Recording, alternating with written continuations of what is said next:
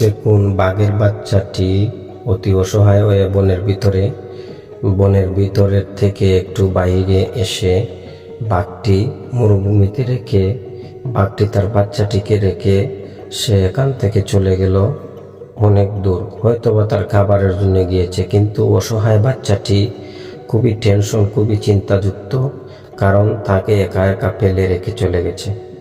বাচ্চাটি চিল্লাইতেছে আর কাঁদতেছে মা মা বলে। তো বাঘটি তো তাকে রেখে গেছে খাবারের জন্য, কারণ বাঘের তো অনেক খিদা।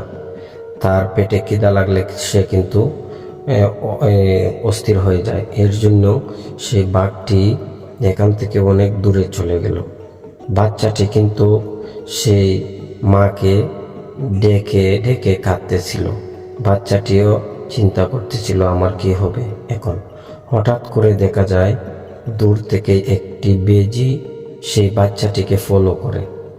সেই বাচ্চাটি যেহেতু একা, সেই বেজিটি মনে মনে মনস্থির করলো যে তার কাছে গিয়ে তাকে হত্যা করবে এবং তাকে ছিঁড়ে মাংস খাবে। তখন বেজিটি আস্তে আস্তে চতুর্দিকে চাইলো। যাওয়ার পরে দেখলো যে তার মা এখানে নেই, তার বাবা এখানে নেই। তখন বেজিটি আস্তে আস্তে করে তাড়াতাড়ি করে ওর কাছে চলে আসতে লাগলো।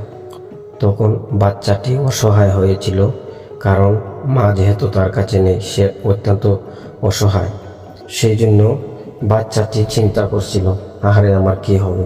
তখন বেজিটি দূর থেকে দৌড়ে এসে বাচ্চাটিকে কামড়িয়ে ধরলো এবং বাচ্চাটিকে সে জখম করে ফেলল।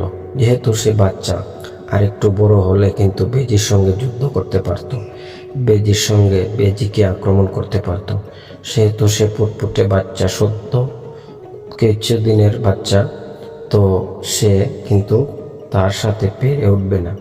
এজন্য সেই বেজিটি তাকে কি করলো, তাকে অনেক দস্তাদস্তি করে তাকে কামড় দিল, তার বুকে পিঠে কামড় দিল এবং তার মাংসটি ছিঁড়ে ফেলল, তাকে মেরে ফেলল। তাকে মেরে সে মনস্থির করলো যে তাকে খাওয়ার জন্য। তো এদিকে চাইতেছিল, হঠাৎ করে সে কোনো কিছু না দেখে বাচ্চাটিকে খাওয়ার জন্য মনস্থির করলো। কিন্তু বাচ্চাটির মা অনেক দূর গিয়েছিল, সম্ভবত খিদার জন্য, বাচ্চার জন্য কোনো খাবার সংগ্রহ করার জন্য।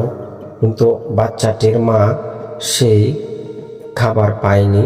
সে নিরুৎসাহী হয়ে সে আসতে লাগলো, আর বাচ্চাটির কথা তার চিন্তা করতে লাগলো যে আমার বাচ্চাটিকে একা ফেলে রেখে এসেছি, এখন কি হবে না জানি।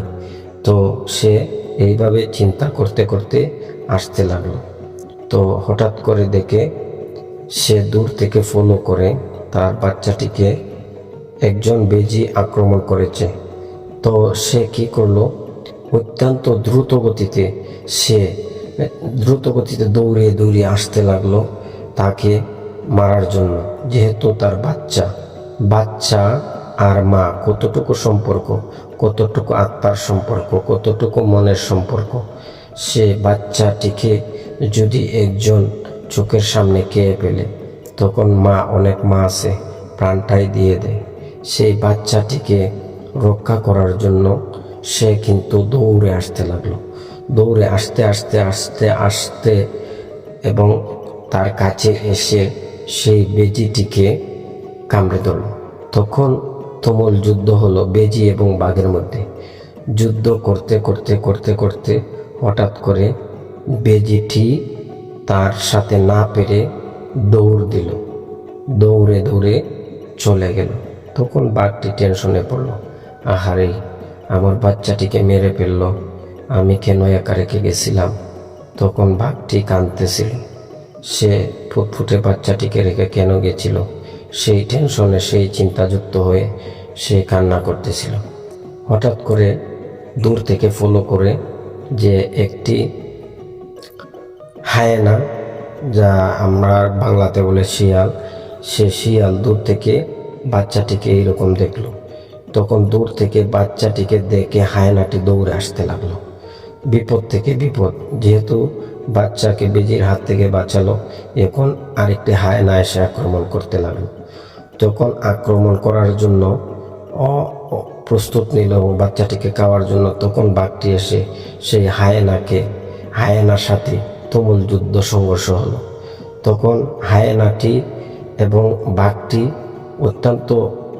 অত্যন্ত খুব ধীরস্থিরভাবে প্রথম আসছিল হায়েনাটি, তারপর দ্রুতগতিতে হেসে সেই বাঘটিকে আক্রমণ করলো, কিন্তু বাঘটিও তাকে আক্রমণ করলো। তুমুল যুদ্ধ সংঘটিত হলো। তখন যুদ্ধ করতে করতে করতে করতে হঠাৎ করে সে তাকে কামড়ে, হায়েনাটি বাঘটিকে কামড়ে একবারে দুর্বল করে ফেলল।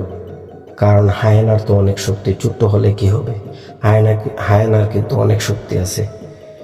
আমাদের গ্রামের ভাষায় শিয়াল বলে, এগুলা কিন্তু খুবই অত্যন্ত খারাপ। তারা অনেক সময় বড় বড় হরিণও খেয়ে ফেলে। তো সেই সময় বাঘটি নিরুৎসাহ হয়ে সেই যুদ্ধে হেরে গেল।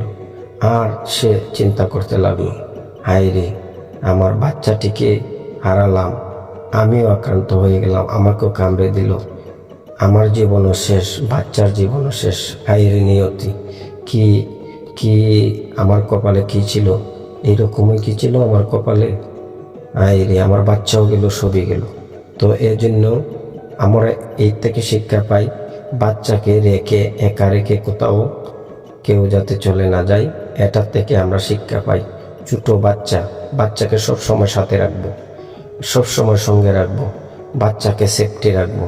এই প্রত্যাশা নিয়েই আজকের মতো কথাটি শেষ করছি।